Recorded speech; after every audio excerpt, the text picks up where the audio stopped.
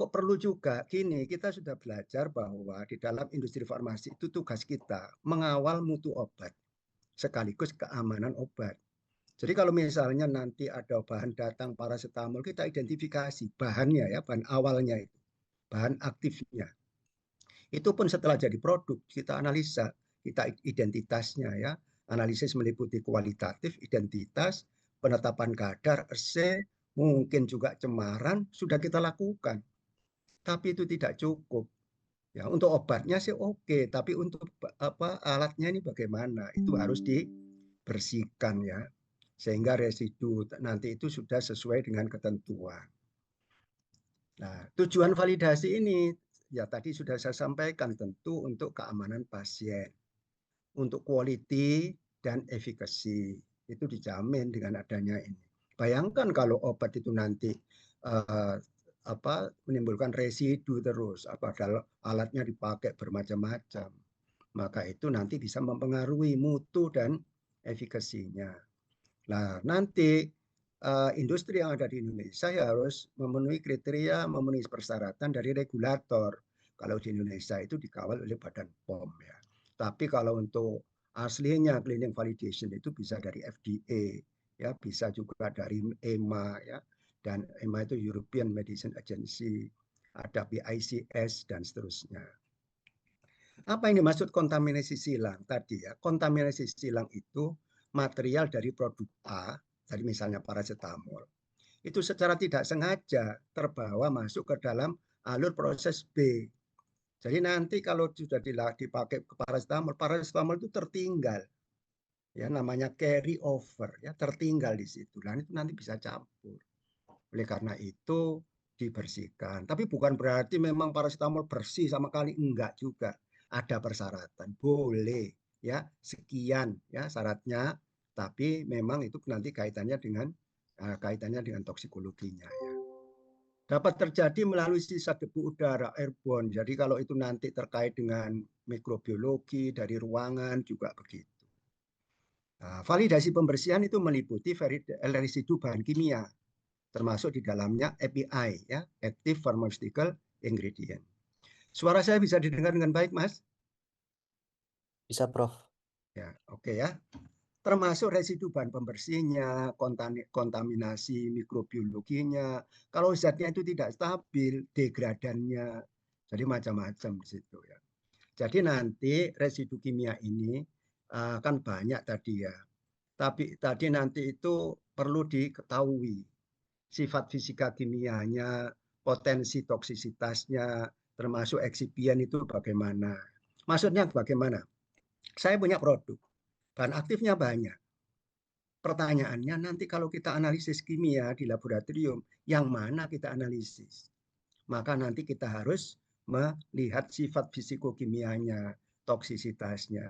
Maka dari banyak bahan aktif tadi, kita pilih namanya marker. Jadi mungkin paracetamol campur berbagai macam obat. Kita nanti pilih mana yang paling sulit larut misalnya. Mana yang diantara itu yang toksik. Mana yang paling tidak mudah larut, dan juga ini kadarnya kecil ya. Itu yang seringkali disebut sebagai worst case ya. Worst case, jadi yang dicari yang terburuk di situ. Residu bahan aktif tadi sudah saya sebut senyawa marker. Nah, senyawa marker ini ditentukan data kelarutannya, toksisitasnya, dosis terapeutiknya, itu dipilih. Jadi nanti dalam proses untuk validasi pembersihan itu, kita langsung harus menentukan marker tadi. Jadi kita pilih bahan aktif apa yang kita tentukan. Misalnya demikian ya, dengan pertimbangan worst case namanya. Ya, marker misalnya kelarutan dalam air ya, apa sulit larut, toksik atau tidak, itu menjadi pertimbangan. Penggunaan deterjen, apa surfaktan, asam, basa kuat, itu memang melarutkan ya, membantu untuk melarutkan residu yang tangguh. Namun bahan pembersih ini sendiri pun merupakan kontaminan yang potensial. Maka bukan hanya API yang kita lihat, tapi deterjennya pun juga harus kita cek nanti. Sudah sesuai syarat bersih apa enggak tadi ya. Ya termasuk formulasi deterjennya itu bagaimana, batas residu deterjennya bagaimana. Cuma deterjen ini biasanya dipakai metode yang secara umum ya untuk semuanya. Misalnya kita lihat tuh total organik karbon ya, TOC ya. Total organik karbonnya kita lihat tanpa memandang bahan aktifnya apa atau bahan deterjennya apa. Pokoknya total dilihat namanya TOC-nya atau pH saja setelah dibilas. Setelah dibilas nanti dilihat pH-nya. Mungkin kalau tidak sudah netral apa sudah oke gitu. Nah, deterjen sebaiknya yang food grade karena deterjen itu banyak sekali macamnya. Ya. Nah, yang ini kontaminasi mikrobiologis ini yang juga apalagi produk steril ya. Kalau produk steril ini juga membutuhkan sesuatu yang lebih hati-hati di situ. Ada endotoksin misalnya produk pirogen dari bakteri gram negatif yang sangat kritis pada produk steril atau injeksi. Jadi memang di dalam cleaning validation itu ada untuk produk steril, ada produk non steril. Kalau yang produk non steril nggak terlalu rumit, nggak terlalu ketat dibandingkan produk steril ya, misalnya diinjeksi. Itu yang kaitannya mikrobiologi ini sangat penting di sana. Jadi kontaminasi mikroba ini termasuk sangat berbahaya karena kontaminan ini dapat berkembang. Kalau residu ada di dalamnya, ada residu ya, maka itu kan berkembang. Ya, itu bisa terjadi setelah dibersihkan. Nah, regulasinya itu banyak ya, ada yang dari US FDA, ada yang PICS, Pharmaceutical Inspection Cooperation Scheme. Ya, mungkin ini singkatan-singkatan ini Anda juga nanti banyak mendengar ya, kalau ada di industri PICS itu ya. Ada lagi yang akhir-akhir ini ya untuk persyaratan itu lebih ketat. Maka sekarang lebih banyak ke HBEL ini ya, HBEL ini, Health Based Exposure Limit. Nih sekarang ini ya yang ditentukan tuh disarankan menggunakan ini. Nanti yang persyaratan lain juga ada ya. Ini termasuk Badan POM, pembersihan wajib divalidasi untuk permukaan alat yang kontak dengan obat. Ya. Dibutuhkan justifikasi tertulis pemilihan produk berdasarkan apa? Worst case. Ya. Yang tadi saya sebut tadi, yang toksik, yang apa kelarutannya sulit, ya, dan seterusnya. Itu termasuk worst case-nya. Ya. Ini butir-butir CPOB ya, nanti Anda bisa lihat CPOB atau peraturan Badan POM yang 2024 itu juga ada, itu bisa Anda download ya. Intinya tadi ya, batas penerimaan residu harus didasarkan pada penilaian toksikologi. Penggunaan batas tradisional seperti 10 ppm atau 1/1000 dosis diperbolehkan jika didukung dengan justifikasi ilmiah yang kuat. Jadi yang dulu kebanyakan tuh ya pokoknya syaratnya 10 ppm gitu. Ya, sekarang lebih ditekankan pada toksikologinya. Tapi kata Badan POM masih boleh, tapi ada justifikasinya. Tapi kalau nanti soal-soal OSCE, soal CBT mungkin yang sederhana-sederhana begini yang hitungnya mungkin ya. Bila beberapa produk diproses peralatan yang sama, pemilihan produk penanda worst case harus dievaluasi berkala ya. Dan ada prinsip risiko-risiko manajemen itu juga dilakukan. Bagaimana cara meminimalisasi kontaminan tadi? Ya, bagaimana membersihkan itu? Bisa melarutkan, bisa dengan cara membasahi dan lain-lain ya, dengan cara-cara. Tapi umumnya ya membasahi, melarutkan gitu. Itu yang paling umum ya. Bahan pembersihnya bisa air ditambah surfaktan, pelarut organik tertentu itu juga dipakai. Nah, sekarang cara membersihkannya bagaimana? Cara membersihkan itu ada dua ya. Ada yang secara otomatis, tapi ada juga yang secara manual. Ya. Yang otomatis enak ya kan sudah secara otomatis di situ. Ya, ada namanya CIP ya, clean in place.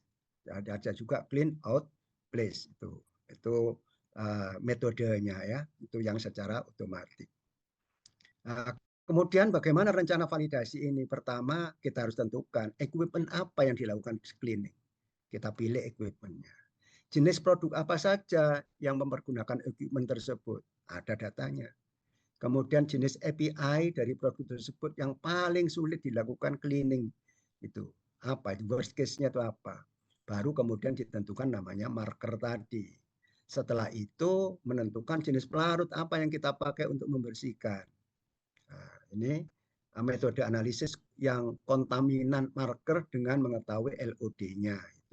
Kita perlu metode analisis, itu kita kembangkan, kita validasi metodenya ya sebelum dipakai untuk validasi pembersihan. Menentukan acceptance kriteria, pelaksanaan validasi, dan seterusnya baru cleaning validation. Jadi tadi ya, selecting the worst case equipment, ya, selecting the worst case product, ya macam-macam disitu dilakukan. Ya tentu nanti kalau Anda kerja di industri, di situ ada tim ya, ada protokolnya, protokol prosedurnya bagaimana sudah, ya semua yang saya sebutkan ini. Jadi seringkali juga digolong-golongkan ya, dibuat grouping namanya.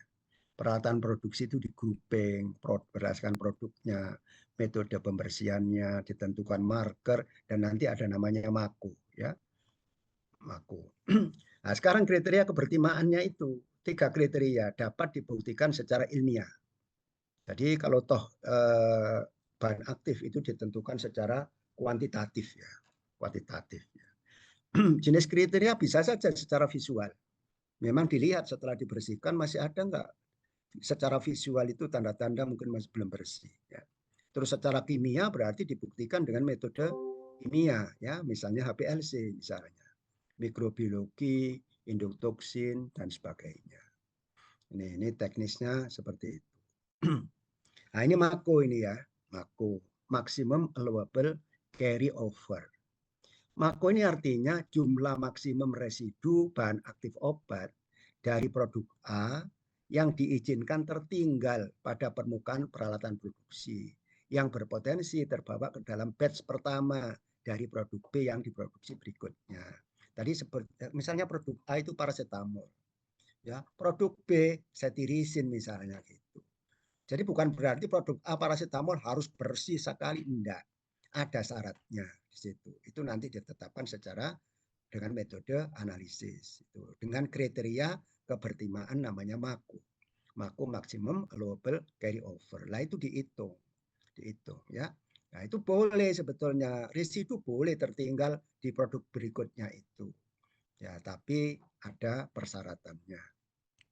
Batas ini sekali lagi dihitung berdasarkan worst case tadi untuk menjamin bahwa residu tersebut tidak akan menimbulkan efek farmakologi atau toksikologi bagi pasien yang mengkonsumsi produk B. Bayangkan kalau produk A masih tertinggal, apalagi banyak ya dengan produk B. Ternyata produk B setelah produksi dipakai produk C, nanti tertinggal lagi. Bayangkan kalau itu campur semuanya, itulah yang terjadi kontaminasi silang ya. Jadi itu yang tidak diinginkan sebetulnya. Jadi caranya menetapkan ini ada 3 kriteria. 1 kriteria dosis terapeutik, ya. Kemudian ada nanti kriteria toksikologi dan 3 kriteria 10 ppm. Ini singkatnya seperti ini ya. Traditional dose method, toksikologi data method, dan toksikologi data method yang pakai 10 ppm. Jadi rumusnya sudah ada, cuma nanti rumus itu seringkali tidak seragam ya dari satu guideline dengan guideline yang lain. Itu kadang-kadang kita juga hati-hati ya nanti. Ini. Jadi tadi sebenarnya toksisitas tadi sudah ini ya. Nah ini misalnya begini, ada MAKO, ada rumus SF-nya di atas. Ya. SF-nya, safety faktornya itu ada di atas. Nanti ada juga yang ada di bawah. Nah, kalau di atas nanti memang ini 1000 ya. Ini 00,01, ini 1000 dimasukkan kalau di bawah. Nah, nanti supaya nggak bingung nanti saya kasih catatan lagi ya. Ini dose base MAKO ya. Ini ada rumusnya lagi. Memang ada beberapa rumus ya. Itu. Ini contohnya tadi. Ada rumus kayak gini, seper SF. Tadi kan SF-nya di atas ya. Ini seper SF. Jadi kalau di sini biasanya diketahui 1000 di sini. 1000 yang dicantumkan di sini. Tapi yang di atas 0,001 ya. Memang dalam presentasi ini saya tidak memberikan contoh. Mungkin nanti Anda saya kasih soal latihan ya. Soal latihan ya apa nanti terkait dengan perhitungan yang sederhana saja, enggak usah terlalu yang rumit ya, yang sederhana itu nanti ada itunya. Ini tadi berdasarkan health based data menggunakan acceptable daily exposure. Ini. Jadi memang nanti dalam soal biasanya diketahui ya rumusnya kalau nanti OSCE kalau ini keluar rumusnya itu kita tidak hafal, Anda dikasih panduannya. Panduan dari mana nanti Anda dilihat, misalnya dari Badan POM atau dari JPOB, Anda bisa lihat rumusnya ya untuk perhitungannya. Ini juga sama ya, EDE batch size of next product. Nah, sebetulnya ada namanya dari PICS itu ada ya guideline, di situ juga ada contoh-contoh soal dan ini apa jawabannya ya. Nanti kalau memang Anda tidak ini saya sertakan lah apa yang panduan-panduan itu. Ya. Baik, ini masih Mako ya. Nah, sekarang bagaimana samplingnya? Samplingnya itu terdapat dua teknik. Ada yang namanya swab, ada yang namanya rinse ya, dicuci, dibersihkan itu. Swab itu berarti menggunakan usapan fisik, diusap secara fisik pada area permukaan tertentu. Biasanya di permukaan 5 kali 5 cm atau 10 kali 10 cm. Kalau metode rinse itu metode yang dibilas. Biasalah dikenai air gitu. Gitu baru ditentukan berapa kadarnya setelah bilasan itu. Tapi kalau swab itu diusap, ya. Ya usapnya itu dengan cara begini. Nah, dengan alat-alat seperti ini caranya ada model kayak cotton bud gitu ya. Itu yang seperti ini gambarnya itu diusap. Oh, sorry. Diusap kemudian baru ditentukan secara HPLC. Ini metode sampling swab nanti coba dilihat kelebihan utama dan kekurangannya ya.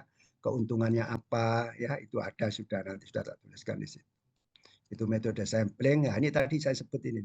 Tek tek tek tek terus dibalik sama dia. Tek tek tek begini cara ngusapnya. Ya. Nah, ini ada videonya coba dilihat bagaimana cara swabnya yang umum digunakan. Bisa dilihat, Mas? Halo? Bisa, Prof. Bisa. Bisa, ya? Oke.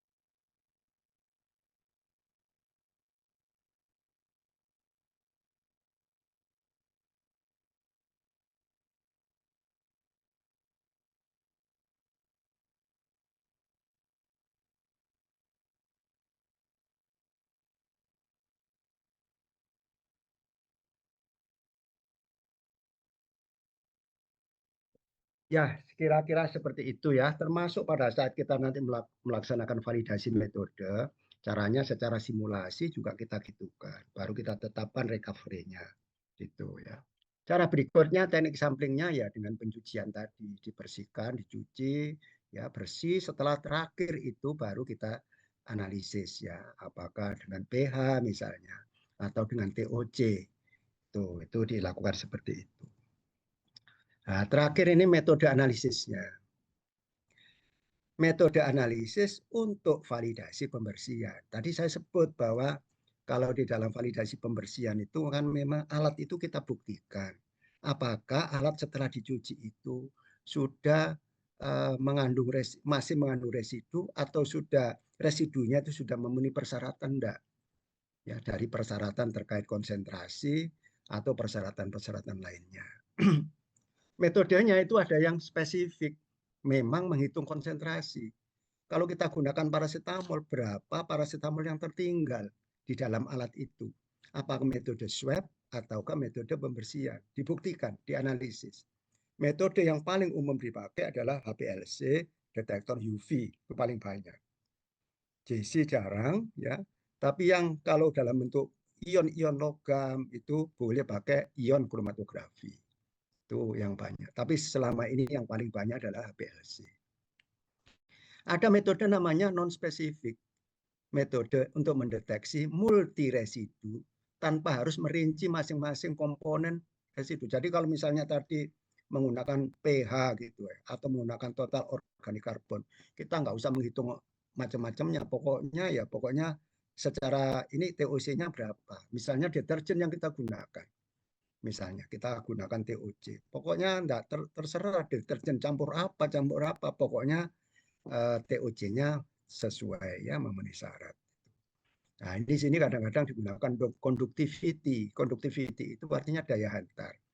Nah, perlu diingat bahwa setiap ion pasti punya daya hantar. Jadi kalau air itu daya hantarnya tinggi, itu kurang murni. Ya, air itu harusnya murni, itu ion-ionnya sedikit, kecil kadarnya, sehingga daya hantarnya tidak terlalu besar. Itu ada syaratnya, mikrosimen berapa gitu. Jadi makanya air itu berbeda-beda kualitasnya. Ada yang untuk injeksi, ada yang purified water gitu. Jadi kalau misalnya kita gunakan yang HPLC gitu, untuk kita gunakan yang metode-metode spesifik, ya itu juga terpengaruh juga ya. Termasuk produk steril itu gunakan airnya itu juga air yang kualitas tinggi. Itu metodenya, metode yang tidak spesifik. Contohnya TOC dan conductivity tadi. Ini metode TOC tadi, metode non-spesifik yang digunakan semua gugus karbon yang terikat dalam senyawa organik yang dapat teroksidasi. Itu metode TOC. Ini sekarang metode analisisnya. Metode analisis yang digunakan untuk pembersihan harus divalidasi. Cuma ini termasuk kategori berapa gitu. Pernah saya sampaikan di validasi metode, kategori kan ada kategori 1, 2, 3, dan 4. Kalau untuk kadar yang sangat kecil, contohnya cemaran, impurities, itu termasuk kategori 2. Ini pun residu itu masuk kadar yang sangat kecil, sangat rendah, maka termasuk kategori 2. Metode analisis yang digunakan untuk API, untuk bahan aktif itu bersifat kuantitatif. Karena kuantitatif ya harus memenuhi syarat apa? Presisi, akurasi, selektivitas. Ada LOD, ada LOQ, khususnya LOQ-nya ya. LOD nggak terlalu penting, tapi LOQ-nya yang penting. Gitu. Ya baru apa? Linearitas dan rentang itu lengkap di situ. Ini jadi lengkap kalau dia termasuk tes untuk impurities kan kuantitatif. Jadi lengkap ini sebetulnya. Oke ya. Nah, validasi metode analisis ini LOQ hasil validasi metode lebih kecil dari mako terhitung. Jadi kita kan menggunakan mako tadi. Kadar kecilnya berapa sih yang diperbolehkan? Maka LOQ kita harus ada di bawahnya. Gitu. Nilai mako berada dalam rentang linearitas. Jadi kalau kita membuat linearitas dari batas bawah sama batas atas, makonya harus masuk di dalamnya. Nggak boleh di luar rentangnya. Recovery itu disarankan ya ditetapkan minimal 80%. Jadi kalau apakah swab atau pakai rinse tadi itu 80%. Kalau 85, 90 ya tidak apa-apa gitu. Ya, ini akurasinya juga sama ya, kita punya belangko. Ya, kita buat misalnya saya di industri itu disiapkan stainless steel ya, ukuran 10 kali 10 atau 5 kali 5. Itu dipapar dengan obat, kemudian dibersihkan. Ya gitu. Itu kalau diusap tadi seret, berapa sih residunya?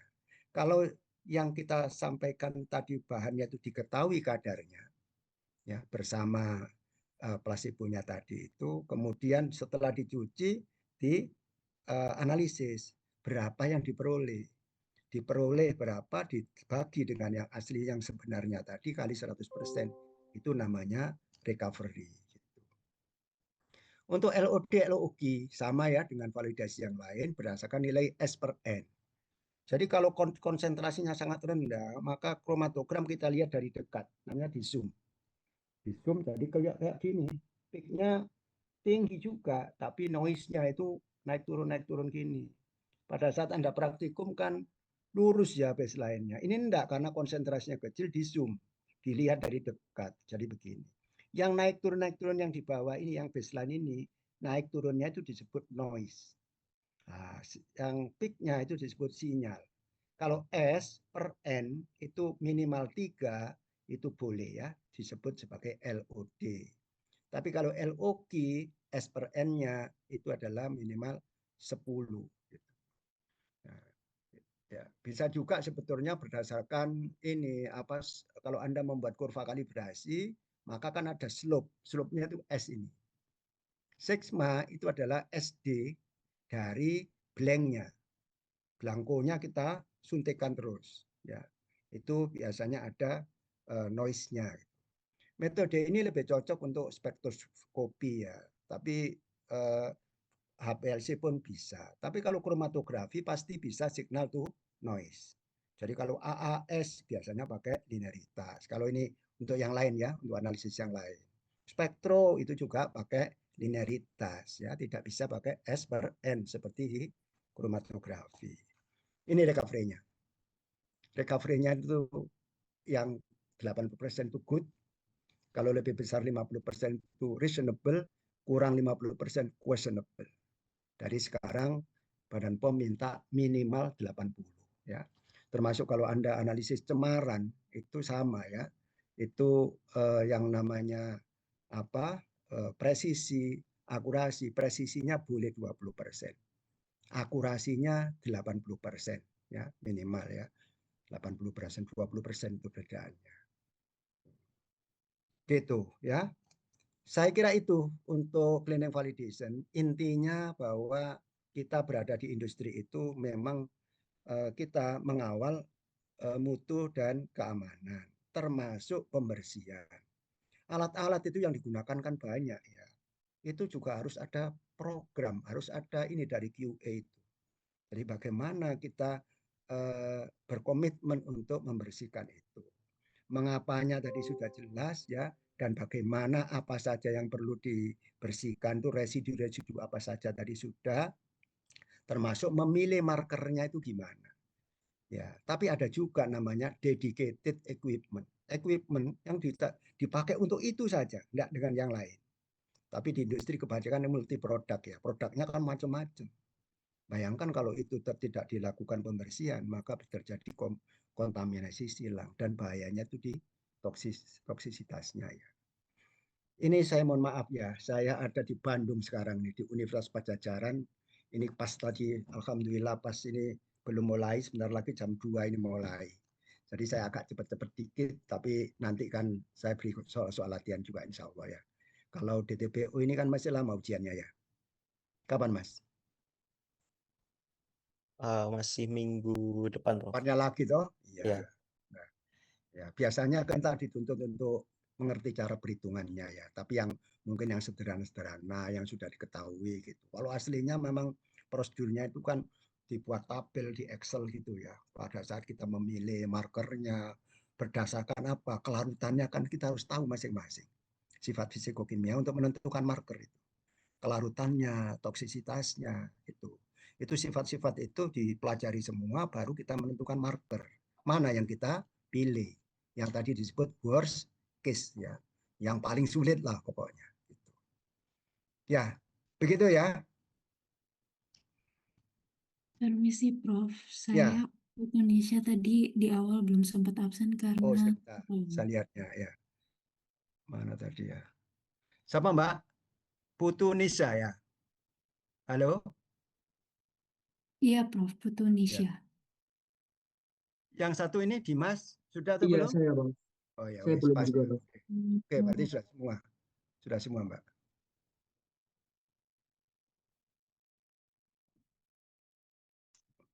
Cukup ya?